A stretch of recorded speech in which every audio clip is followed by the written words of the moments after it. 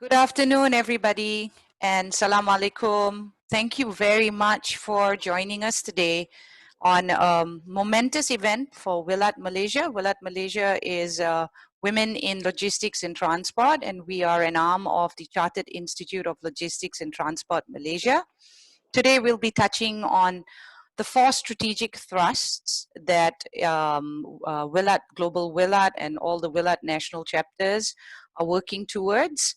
And we'll start our series because today what we're looking at is garnering skill sets of women leaders. We've noticed throughout this COVID-19 situation that countries that have been able to handle the spread of the pandemic have been countries that incidentally happen to have female leaders. So today our session is about that. Today's session is about how do we, or what, more like what is it? What are the peculiar skill sets that female leaders or women have that are able to address situations a little much more better, if I may say so, from our peers? And what can we do knowing that we have these peculiar skill sets, and now with the working from home situations, how can we garner these skill sets, and how can we increase the role of women in more leadership positions? So today we'll start the session. I will introduce you first to our chairperson of WiLAT Malaysia, and I will pass the floor to Hajjah Zawiah in a little while. I'll give you a little bit of a background on Hajjah Zawiah. Hajjah Zawiah is a PhD, and she's got an MBA in SEM and logistics, and she's a scholar in UniKL Business School, and she's a senior lecturer and head of Teknoputra in the International Industrial and Institutional Partnership under Universiti Kuala Lumpur. She's got a list of affiliations. She's affiliated with Hall's Customized Solutions, Seagull Logistics, and of course, she's our chairperson for WiLAT Malaysia. She's a fellow of CILT. And I'm not going to bore you anymore with giving you more details because it's not about me, it's about our speakers today. So I'm going to now change my screen and share a slide with you to begin with Hajjah Zawiah's presentation. Hajjah, the mic is yours now. Good evening, everyone. Peace be upon all of us, honorable guests, respective CLT members, and all my dear friends. Many of you have made a huge effort to join us today. On behalf of all of us, we are deeply appreciative and offer you our most grateful welcome. So please welcome to our first WiLAT Malaysia webinar. Okay. So here is our slide. Okay, we are the Forum of CLT Malaysia, and it is part of global network of WiLAT National Chapter in 21 countries. So we promote the status of women in logistics and transport to bring together those who support the talent and career development of women and to provide a support network and mentoring opportunity for women in the sector. Okay, so this is the organization of the CLT National. So the international president conveyed his regard. He unable to join us. So he said, best wishes to all of us. Okay, so next. So this is the CLT Malaysia structure. As you can see, our secretariat is in Shah Alam, and we have in respective section that is in Perak, in Penang, Malacca, Johor, Terengganu, as well as Sabah and Sarawak. So, and this is WiLAT Global Governance, where we have this Council of Trustees, and we are headed, guided by WiLAT Steering Committee. We have here our honor to have Dr. Dorothy, our Global WiLAT Advisor, yeah, and also we have CLT territories, that is WiLAT Malaysia and WiLAT Chapter. Okay, so this is what we are looking at. We are looking at the 4 strategic thrusts: the leadership, empowerment, mentorship, entrepreneurship. However, the most powerful shape is the relationship. So this is where we also contribute to the corporate social responsibility. So this is some of the activities. Actually, we have a lot of activities. So we appreciate if you, all of you can join us in the future. Yeah, okay. And this is last year ICM 2019 in Manchester. In fact, we will have our ICM 2020 in Perth.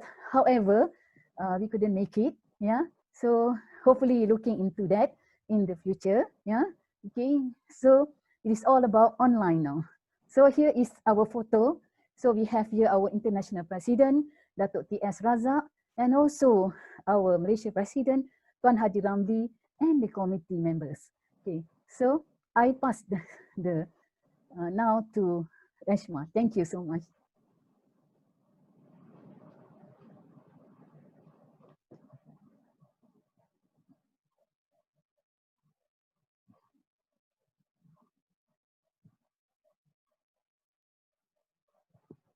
Your mic is, you have to unmute. Sorry about that. As I mentioned, thank you very much, Hajjah, for sharing the slides on WiLAT Malaysia and what WiLAT is all about, and our affiliation with CILT, in a sense that we're a council of CILT and we're here to promote women in leadership positions. Now, without much ado, I'd like to introduce our first speaker. And this first speaker, I have a very close relationship with her. I have worked with Taksan Logistics. Our next speaker is Miss Madam. She doesn't like me calling her Madam anyways. It's Judy Chong. And Judy Chong used to be my former boss. And I used to work for this company.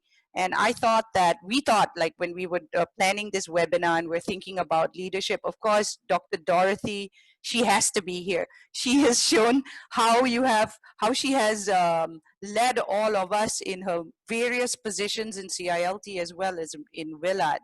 But we wanted to share a little bit of our local content and the local leaders that we have in our country as well. And Madam Judy Chong has been amazing. If you ask any one of her staff, stop and ask them and talk to them and actually ask them, how is she? Because she's always handled HR, but that doesn't mean she doesn't know what is operationally happening in the logistics company that she runs, that she works and runs. And I think one of the things that is really close to my heart is how these people empowered me. When I initially started my job with them, they actually sent me out for a dozen of trainings even before getting confirmation. They've always given me the platform to express myself, to grow myself. So now I would like to pass the mic to Judy. Of course, let me give you a little bit of a background. She holds the directorship in Taksan Logistics Group. And this is an integrated logistics company, and it's established in 1954. So even before Malaysia's independence, yeah, the company has 300 employees, with women making up 30%. She holds a degree in a Bachelor's of Science in Business Administration from Kansas State University in the US. And she's been continuing her learning journey and self-development in HR, in training and development. She has a diploma in HR and a Cert 4 in training and development from Australia. But one of the things that she does on a social front, she's a very active Rotarian, and she's helped a lot in terms of the autism community. And that happens to be a community that I am involved in as well. I have an autistic son, so she's done so much. She's volunteered for projects or project leads for the Orang Asli home-based education here in the Royal Belum Forest. She's organized 6 annual art competitions. I remember one art competition that I worked together with her on. She travels extensively. It's almost impossible to catch this lady. So lucky COVID came and she's stuck now. So she's stuck with us. So we can now connect with her. Anyways, without much ado, Judy, the mic is yours now. And allow me to share your slides, yeah? Yeah. Yeah, I'd like to thank WiLAT committee and Hajjah Zawiah and Haji Ramli for inviting me to be, I must say, one of the first speaker for the webinar in the WiLAT Trust on Women Leadership Skill. Next slide, Reshma. We have been in Taksan Logistics, we have been promoting women empowerment since I came on board. That was like 30 years ago, you know. And I've always believed that whether you are a woman or man, you have the talents and the strength in order to develop further.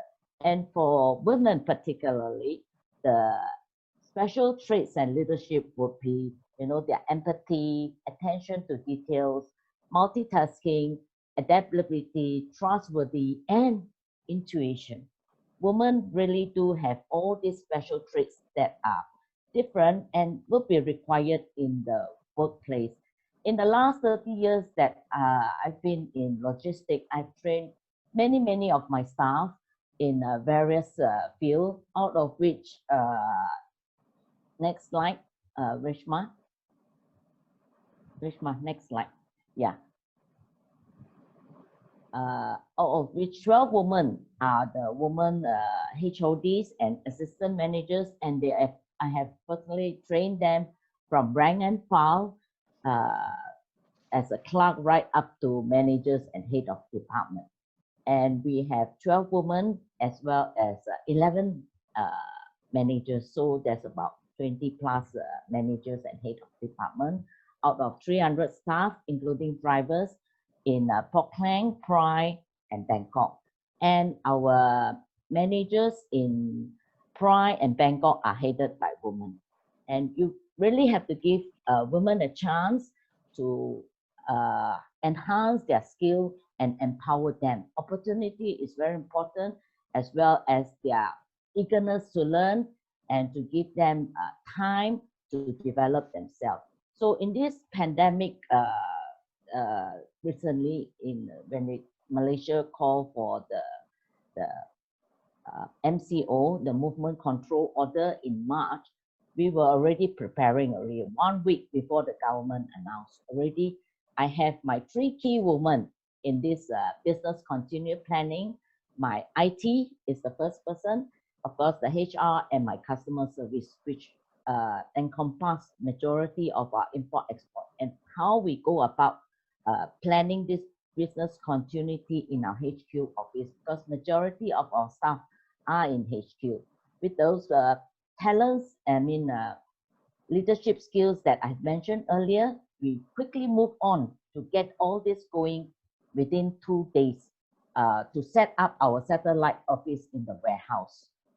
We have to identify the staff, the manpower for working from home, and then those who will be stationed at HQ, and split all our people up across the board in order to have business continuity in case of any incident of COVID. So we quickly move on, and we've been able to facilitate all this because of our teamwork, as well as the women who are involved in Taksan Logistics. And most of these managers have been with us for easily more than 10 years. Yeah. Okay, Reshma, can you just show the next slide?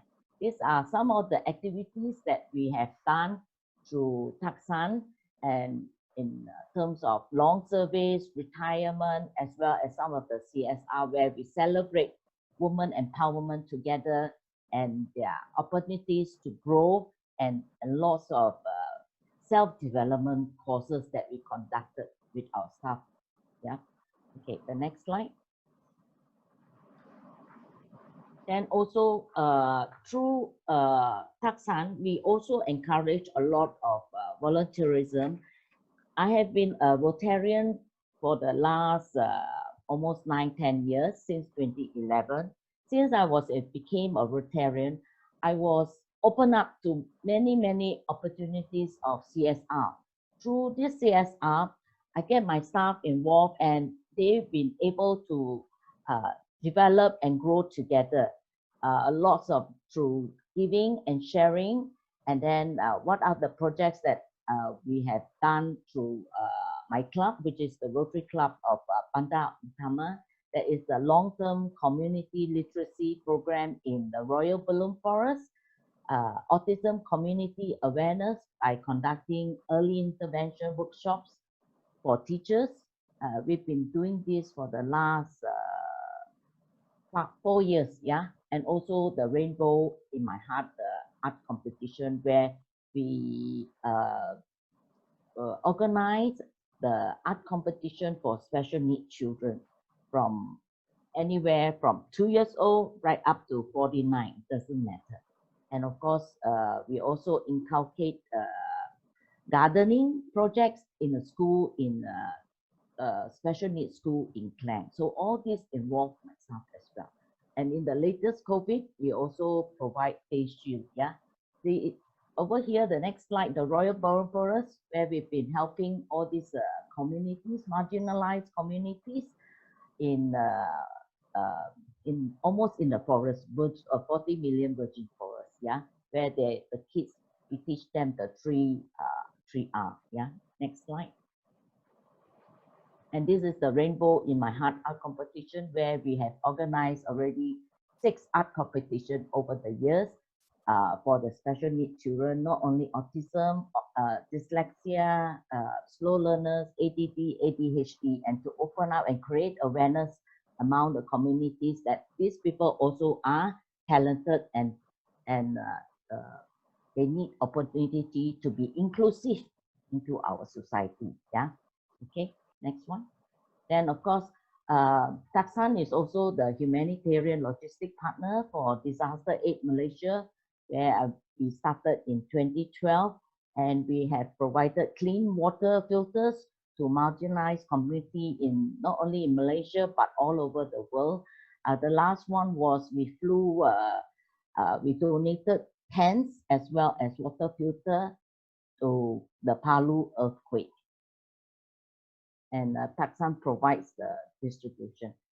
For the Rotary wheelchair, we are also a logistic partner, where I also train my staff to do assessment of wheelchair recipients and to distribute the wheelchair nationwide, because the wheelchair are stored in my warehouse. Yeah, so that's how Taksan gets involved. And I've been honorable treasurer since 2018, and this is my second term.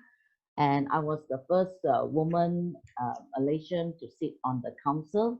AMH is actually plays an important role in our total logistic network. Currently, the association has 180 registered members, which takes up 70% of the total volume handled and equipment invested in haulage. Thus, we are really a big player. This sector handle and transport 98% of the 1.7 trillion annual value of import and export shipment. Furthermore, 90% of our international trade is seaborne. Okay, and I'm glad to say that in this association we have many women coming up, taking up positions, leader position from sales to operation to planning and maintenance, as well as fleet management. And in Taksan Logistics, we have a woman in the haulage attending to maintenance and fleet management, as well as sales and customer service. So next slide. So I would like to end that with this photo, whereby we are talking about leadership, how leaders can evolve, okay, through their self-development and curiosity to learn. You see the picture here. Is the wolf behavior. Wolf pack behavior is a model of leadership tactics. We can all learn an invaluable leadership lesson from this pack of wolves. The 3 in the front are old and sick. They walk in front to set the pace. The next 5 are the strongest. They protect the front side from an attack. The middle group is fully protected. The 5 behind are also among the strongest. They protect the backside. The last wolf is the leader. She ensures no one is left behind. She keeps the pack tight and on the same path. She is ready to run in any direction to protect this pet. Being a leader is not about being in front. It's about taking care of your team. Okay, that's my topic on the leadership for women.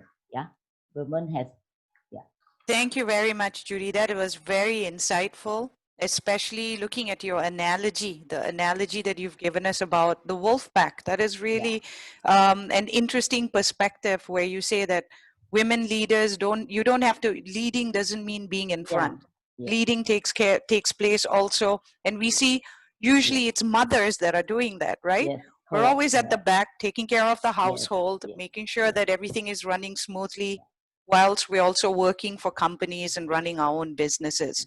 I would just like to let all the attendees know, if you would like to post any questions to our panel speakers, please use the Q&A button. It's at the bottom of your screen to post any questions that you would have that you'd like to ask them. So at this point of time, maybe we'll get some questions after we've done with the second speaker.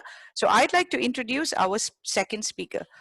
Now, since this is a virtual environment, so I can't say that she flew all the way from Hong Kong and came to be with us. But these are one of the benefits of this whole situation. Yes, the COVID-19 is challenging business-wise, challenging livelihoods of people, challenging our health situations. But what it actually has done, it has actually connected us a lot more than any way or anything that has possibly been able to. Now it's so easy to hook up with anyone anywhere. So we are so lucky. We have today Dr. Dorothy Chan. Dr. Dorothy Chan is currently our chairperson for Global WiLAT. Am I right, Dorothy? Yes, yeah, because we have a new chairperson coming in, but Dr. Dorothy is our chairperson. She is the global chairperson and advisor for the Women in Logistics and Transport in CILT. She was the international president of the Institute between 2013 and 2014, and is our first female Asian president, Asian international president. She's now the deputy director of the University of Hong Kong School of Professional and Continuing Education and the head of Center for Logistics and Transport. She sits on the board of 2 listed companies in Hong Kong and is also the chairperson of Sustainable Agricultural Development Fund Advisory Committee. She was formerly the Deputy Commissioner for Transport for the Hong Kong government and received the Bronze Bohemia Star. I hope I said that well. Bohemia Star for her meritorious services. So without much ado, I would like to pass the mic to Dr. Dorothy. Dr. Dorothy, thank you so much. The floor is yours. Okay, so I got the message. Reshma hosts disabled participant screen sharing. So you want to do the slides for me? Host disabled participant screen sharing. If not, you do the slides for me.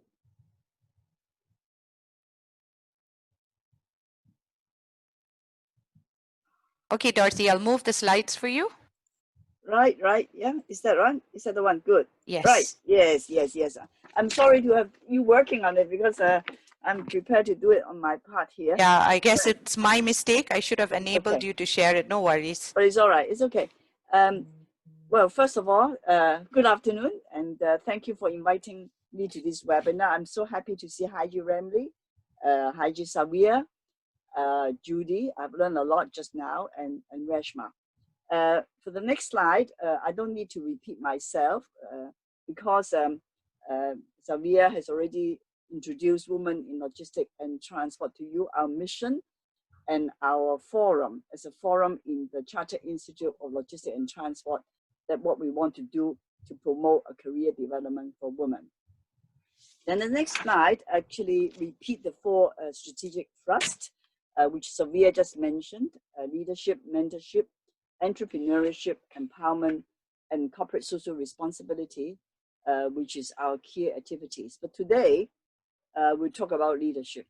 Now, leadership, if you go into a room and try to interview a CEO, I think you get different definitions on what they thought leader should be. You know, some CEOs talk about achieving goals, attractive returns, business success.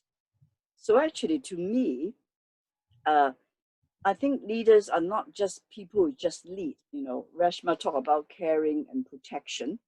They should be passionate, willing to listen, and help themselves and others to do the right things. They set directions, actually build inspiring vision, and make a positive impact on the people around them. So, as leader, to have being proactive, problem solving, and forward looking is very important. I would like to say that you can't always get what you want, but if you try hard, sometimes you get what you need. So what I have done is that I just want to share some of the experiences, which I'm sure that Judy will agree with me, that the most important change element for women in particular is education. This is most important and very powerful for development. Yes. And you will find that in the whole world, the high income economies, they are not hesitating to send the girls to school. But for low income economies, the percentage is still low. So it is something that we would like to work on. Now, with respect of the proportion of women in senior roles in 2014, which I show in the next slide, is that you can see that where women are more active is actually in education and social services. Hospitality, financial services, but when it comes to transport, the percentage is relatively low, it's 17%. Now this is a 2014 figure, we'll come to 2019. And for industries which requires labor, the percentage is low. Now this is here we are, you see why Judy is so important, where women hold a key role and can be the change engine is because a lot of our women were able to anchor a senior position in human resource director. Of course, down the scale is chief information officer is the lowest because I think that in terms of technology, dealing with machines, you know, women may not be of interest to them. But for tech and logistics, I realized that we have 3 key women in 3 key posts, and the IT manager is one of it. So congratulations, this is very good. So the pathway to leadership, this is a 2015 study, and they try to find out what are the barriers that women feel when they get into senior management position. Now you have this men and women, and for women is parenthood, being a parent, and I think they think that the commitment towards is more important, and the family pressures and obligations. But for men, they said that, you know, woman barrier of entering into senior management position is that they don't put themselves forward. Now, I think this is something very tricky because if the woman didn't put themselves forward because of family reasons, they want to hide back a little bit, then the chances of getting in senior positions earlier in their career become more remote. So this is what they find out. Of course, in some cases, women feel strongly that gender bias is obstructing their pathway to leadership, whereas men do not feel the same. You know, they don't feel the same. So also that insufficient support structures for women is something that is causing hindrance to their path to leadership. So if you turn the next slide, you will see that companies, we have 20% of senior roles are held by women, but actually 33% of business have no woman in the senior management position. So turning to the next slide, I just want to share some of the views that what we think women and men think would make of good leaders. There's a difference, but actually both sexes think that communication is very important. You cannot be a dictator. You would communicate your goals. You would try to lead people to follow a common mission. But the major difference between men and women is that actually men feel that positive attitude and ability to delegate is more important. Whereas for the purple bar, which is the woman bar, is communication, ability to inspire, and confidence. So that is what the two gender, think about what makes a good leader. Then, now, we always say that for companies, if we have a diversified board with women and men, your chances of having business success is bigger. Why would that take place? It's because that actually this Grant Thornton study shows that women and men perceived risk differently. Economic change, right, important to both men and women. But for men, the legal side, the political change is more important. For women, they will look at more carefully about the competitor activity. So having the two gender together, actually you will have a more balanced view in making very important decisions at the board level. So now for business, if they want success, if they want to have exposed the whole business to both gender, the HR director is very important because they have to put in place gender equality policies where I think very simple, equal pay. In Hong Kong, in my case, when I graduate from the university, we don't have equal pay, but very soon we were able to achieve that. And it actually starts with recruitment. You know, if you're in your screening process, you screen all men, then you would not be able to recruit any capable ladies. So you need to have equal pay and also a non-discrimination policies. And well, why do business want to introduce gender equality? Because it's actually helped to enhance company performance. And some companies actually said very clearly that it is their organization values that they want equality and gender diversity in the company. So it is another driving force. So I'm from Hong Kong, and the Women in Logistics and Transport in Hong Kong did a survey in 2018, which is the next slide. In that, we want to find out that among our members, we do a survey among our members of Chartered Institute of Logistics and Transport. Basically, we are in transport and logistics. And how can we retain and attract more female participations? And some of the feedback is very interesting, which I share with you. And they said that the sector is actually challenging to us because they still have a strong cultural bias. And somehow in a male-dominated environment, you might feel uncomfortable. Some aspect of the job need physical effort. And within an organization, if you do not have a sustainable program to build the capacity for women, then that would be a hindrance. So I want to share with you what happened in 1929. Now this slide actually shows the change from 2012 to 2019, where the business which employ at least one woman in senior management have increased dramatically from below 70% in 2012 to close to 90%. And the proportion of women in senior management in 2019 has gone up. So actually, there is a gradual progression. Whether it's quick enough, it doesn't matter, but actually we have made the change. So again, in 2019, so what are the barriers that, you know, senior leaders by gender? Why? Why is that this barrier? It's actually defining the time. You know, women did a lot of things. If you have to take care of the children, if you have a family, then you have to find time. And you might have to do some sacrifices, or you have to adjust your priority. And secondly, actually, this is a woman may have to fight for development work opportunities, you know, like, you know, going into a company and say, I want to have a training opportunity, I can spare the time, I will do it. So these are some of the barriers and responsibilities outside of work.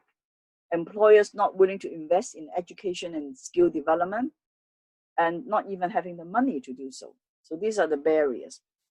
So having said that, the proportion of women and men in senior management have made progress, as I say, from 20% in 2011 to 2020. But you can see that despite this in senior management, male is still predominant, although it has sort of reduced from 80% to 71% as women came up from 20 to 29%. Also, our skill set is, changing. We have CEO, COO, CFO, more women. HR director, here's our Judy. You're going to change the purple to the very top. So we have CIO and CMO. So the nature of work, actually, I must say that women is also getting quite spread out in terms of responsibility. So what are we doing? Actually, when Hong Kong WiLAT did the survey, we sent our results to all the companies in Hong Kong. At one time, congratulating them. You do have a woman feedback that you are a good employer sometimes, and sometimes you need to do more. So we want to emphasize to these companies that we want them to provide basic working conditions on this gender equality, and that it will be part of the goal setting and reporting. And our Hong Kong females, we did actually specifically ask them, you want us to force setting a quota for every company to promote you. So our Hong Kong Charter Institute members, the female members, feel that fair recruitment and promotion policy is better than a quota because they think that given the equal opportunities, women can excel. But all we need is an inclusive culture, and more importantly, flexible working life. In fact, with COVID-19, work from home, remote working arrangement is a bit of relief for women in terms of families and so on. And we also encourage employers to provide support for female employees with families. So among WiLAT, for us, since the establishment of WiLAT, we have been expanding to various territories. This year, I'm the global chairperson, but my travel plan was totally disrupted. But thanks to this Zoom meeting and webinar, that we can still see each other face to face. As I say that we have reinforced our core leadership. As I say, important leadership is important under a WiLAT steering committee. And Zawiah is our global vice chairperson, and she contributed a lot. And our strategic thrust is our direction. And so having this seminar, we're going to work more, get more ideas of how we can increase our sort of leadership focus and what we can do more.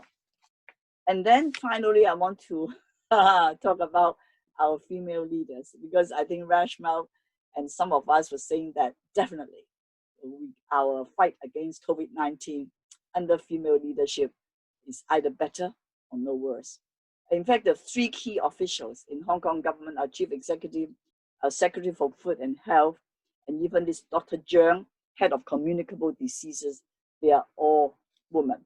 Now, we better share, but in Hong Kong,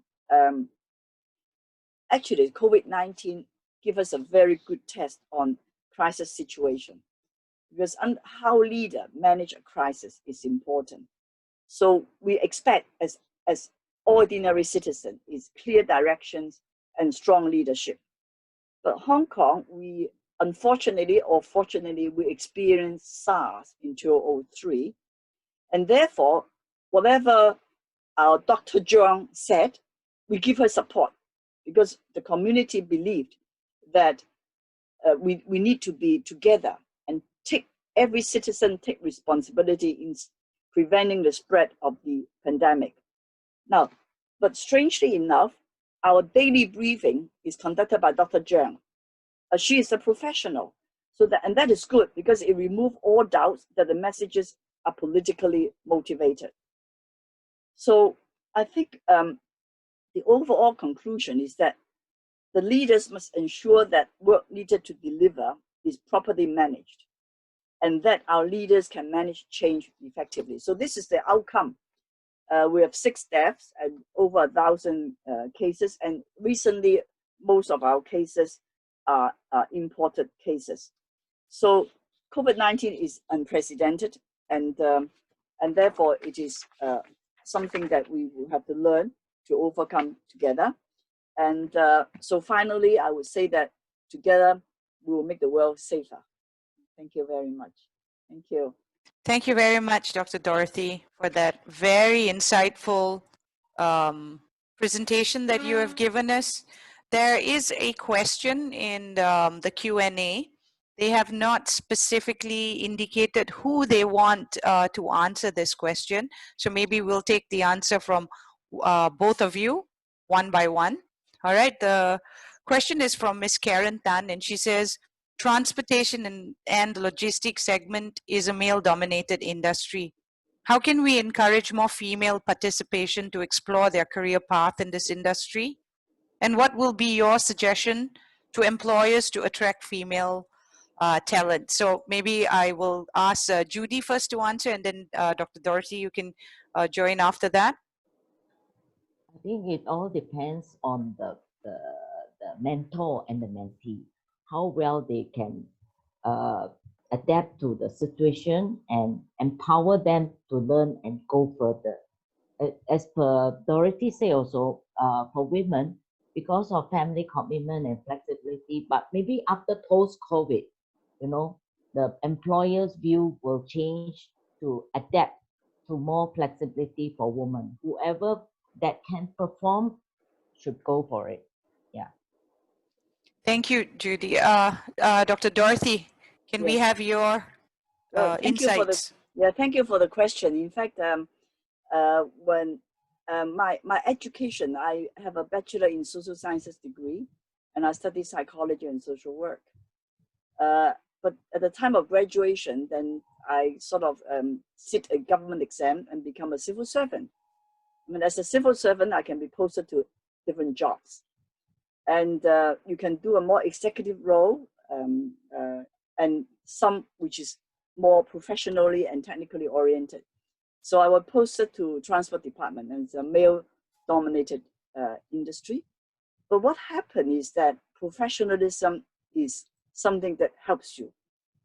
The first thing I did is to get my professional qualifications through the Chartered Institute of Logistics and Transport. Now, because professionals speak common language, they don't look at you as a woman or you look at you as a man, because we speak the same language. We are on equal grounds. And you're right, it's actually male dominated, because as a regulator, I have to talk to the taxi operators, and you can see how rough it can be, truck drivers, bus drivers, unions, but we share a common mission because we regard ourselves as professionals in that field. So I do feel that in a way, if we can convince your sort of other stakeholders that you work hand in hand together, we don't feel ourselves to be the weaker counterpart. And I think that would help. But I think mentorship is important. We actually give confidence to our new entrants, in particular female colleagues, how you can pursue and go through a career. And apart from that, I think the working conditions is also important. I would say the civil service is rather rigid, and but private sector would be able to give you more flexibility. You can talk to the boss, you know, can I have flexible working hours? You know, can I share a job? Can I take maybe a long leave and then come back? You know, something that you can discuss. So clear and transparent policies. Don't worry about it. Stand up for your own rights. Stand up for your own interest, and at the same time, get yourself professionally qualified and strengthen your knowledge in the area. Then you can get respect. Thank you very much. So I take it, to summarize what both of you have said in your answers, I think the key point here is we have to get ourselves properly educated, stand strong and firm, get ourselves attached to professional institutions that we are involved in, what our jobs are involved in. And mentorship, yes, is one of the most important elements when it comes to helping our fellow women to move their way up into leadership positions as well. There is another question here, and this is actually an anonymous question. Somebody has not given their name. It seems to be pretty much the same, because the question seems to be skewered towards the fact that we are in a very male-dominated field. And being in a very male-dominated field, it seems to be that still the choice is being made where companies are more interested to hire male counterparts compared to the female counterparts. So the question is, how can women, what did they say? How can women put themselves in that position where employers would be more interested to hire them? So again, it's not addressed to any one of you. It is, I'm going to leave it open to both of you to answer. Maybe we'll start with Judy and then again to Dorothy after this. I think it's quite similar to the first question. First of all, you need to really equip yourself with the expertise and knowledge. Otherwise, how you create the confidence to carry up the job. At the end of the day, the boss will ask you for the KPI and the performance. And the only weapon is your expertise and your knowledge. And you really need to be equipped with what you know and how to do it. And for that way, we have to continuously learning, even in the pandemic now, and to do more networking, and in whether it's in a man's world or whatever world, you just have to be more knowledgeable, and like I said earlier, be curious. The more curious you are, and of course you will learn more. Thank you. Dorothy, sorry, it's no problem. Yeah, well, I actually, as a civil servant, I actually believe that we have to institutionalize support for our women. Yes. How to do this? Because I'm sure that, you know, Malaysia have Women Commission, Hong Kong also have Women Commission. It has to be made clear that gender equality and diversity is a national policy. Gender. You know, and therefore it opens up opportunities from level 1 onwards. That means from education, from training, and for jobs. Inevitably, that will be the case because 50% of the world population is women. So you cannot leave that amount of workforce idle without utilizing it. Yeah. So, as long as the communities see mutual benefits, you know, in having male, female working together, contributing in their areas of expertise, I think that will overcome a lot. But of course, we will also look to role model, because sometimes we will clap our hands, you know, when a female president emerge. You know, one day if the United States president is a lady, I'm sure that we're all hoping for that. You know, even in the whole world. So yes. Role model is important. So I would actually, I'm very pleased that, you know, WiLAT Malaysia organize these talks to let our young ladies and our future leaders know that you will be there. You will go to the pyramid if you have confidence in yourself. But if there are any inequality issues, then you will have to approach the institutions that is looking after you. Because if you have one in your own country, that is extremely helpful because they are paid to do that. And in Hong Kong, we have this Equal Opportunities Commission, where the range of complaints, you know, that they handle is more complex than what we thought it is. Because even if you provide not enough female toilets in the shopping arcade, you can be subject to complaints. And I do feel that in our old days, the office layout is not very friendly to women, and now I think they are having bigger toilets for us, which is very helpful indeed.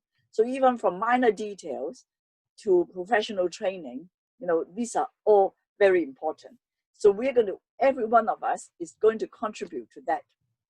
We have sons, we have daughters, and we really want to look after them as well. But it's the belief that is important, I think. Thank you very much. That's very true. At the end of the day, it's within us. We have to fight that fight, so to speak, and we have to communicate that by not by putting us aside, you're generally not getting the full benefits of a holistic environment where you have both the genders working hand in hand together. That's very interesting. So we've got a question, and I am actually going to give this question to our president. We have our president here, technologist, Haji Ramli, and you can see him. He's right here on our screen. Oh, he turned off his Oh, camera. right away. Oh, there you go. So because this question Don't is, feel in fact, shy. this question should be to both of you, to Dorothy and to Tuan Haji. It says, what is a good certification body that we can start with? So Haji, do you want to start first? Okay, Good I will. certification body. We're wearing the certification body right here to start with. Thank you, Reshma.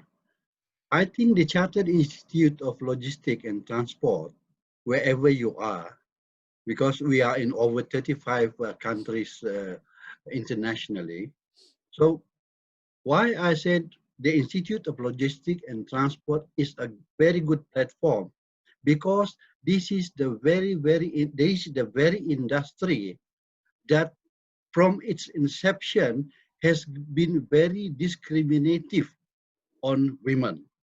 But you can see, and Judy has already proven in his company that this has taken over into a new structure now, with women taking over the lead role.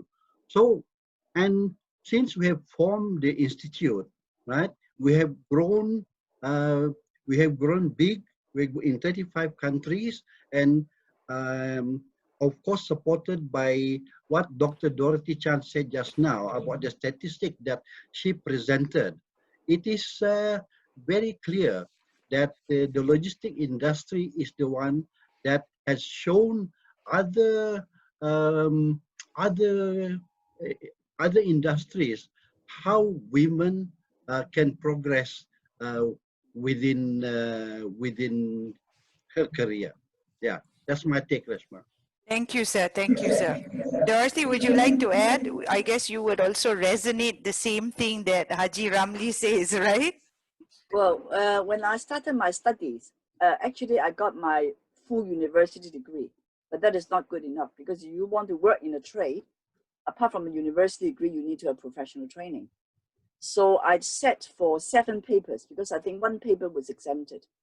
And in my days, you didn't get a lot of help, because you do this remote learning, you buy some tutorial books, and all the questions at that time was very much EU and UK based. So how it's not helpful. So the Chartered Institute of Logistics and Transport, because we have local branches, so we try to adapt the questions to local circumstances. And of course, our curriculum has to change to fit the modern world. So basically, at the very beginning, we have transport, freight transport, blah, blah, blah, blah. But now, the whole curriculum is being revised to include logistics as well. So you can pick up. But you can always say that, why do I study so many papers? Now, as leader, nobody can teach you how to be a leader. But once you get a variety of subjects that you learn, you absorbed, then you begin to think and make cross-reference when it comes to tricky questions. And the purpose of education is not spoon-feeding you. The university create knowledge. And after creating knowledge, then the learning institutes teach you so that you gain the knowledge. But we will encourage you to participate, because even as a student, you can contribute to our knowledge. Therefore, I don't think the curriculum is challenging at all.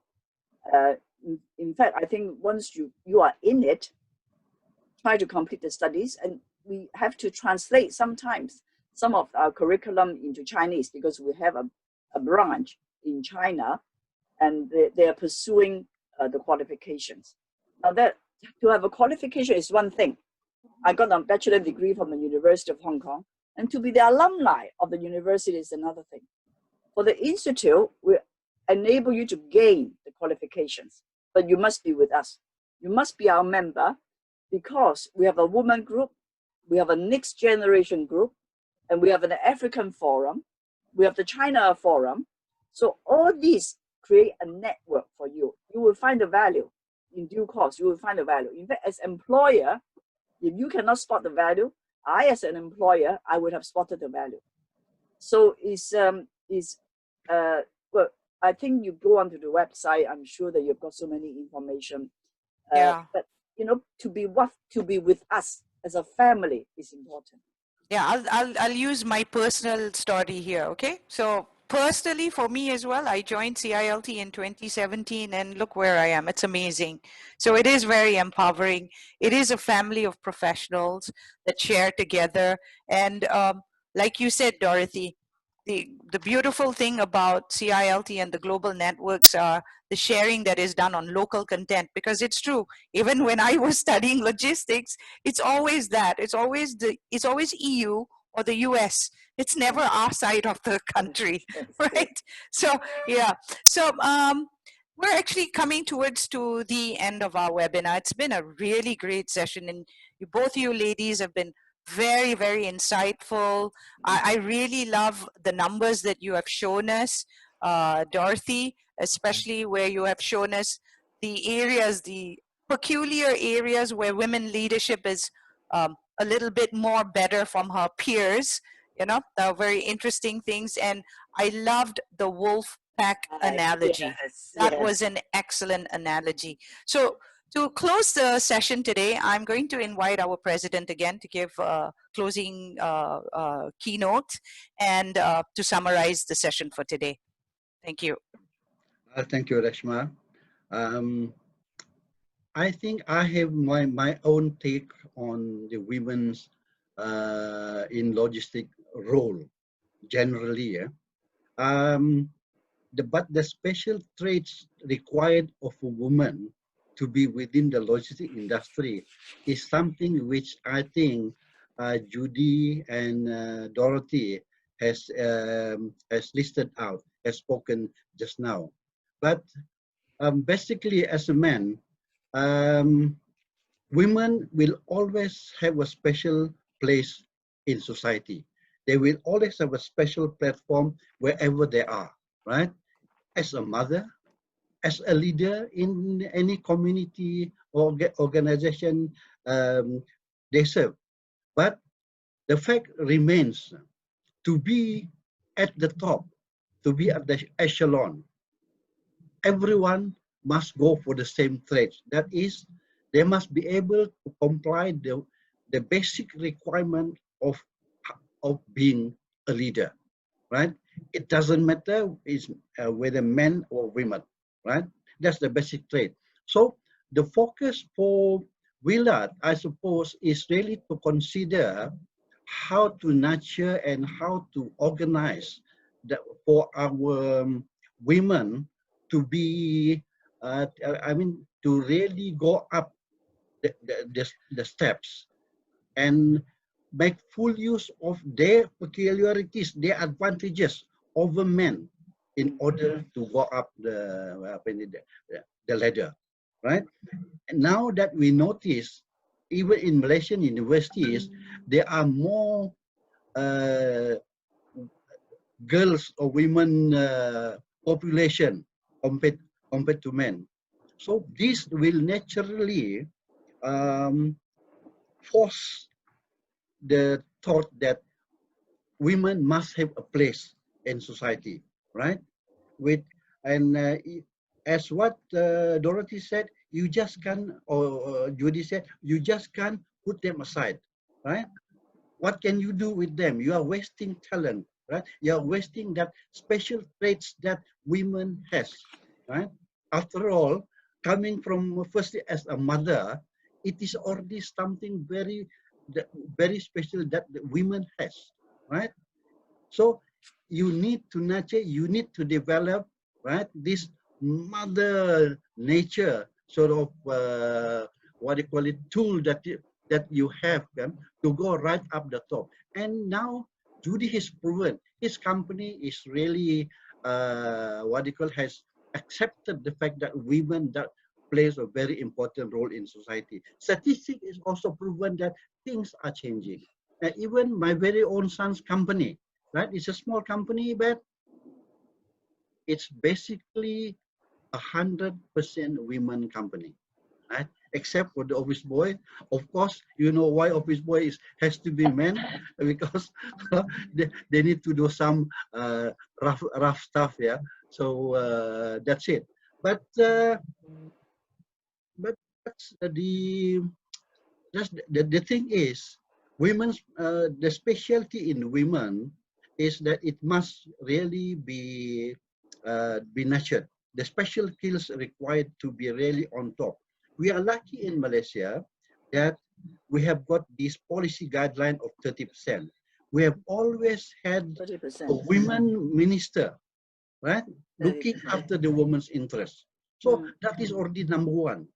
So the volume is already there, the target volume of 30%. Now is the skills part. How do we garner ourselves to reach the top? But on a lighter note, let me show you a small family banter I shared with my wife. Right? You know what she told me? I may be the general manager of my company, but when you are at home, I am the general manager. So that speaks for women leadership, yeah. So, ladies and gentlemen, that's my take. I hope you have enjoyed the seminar today. I love my mom. Peace be upon her.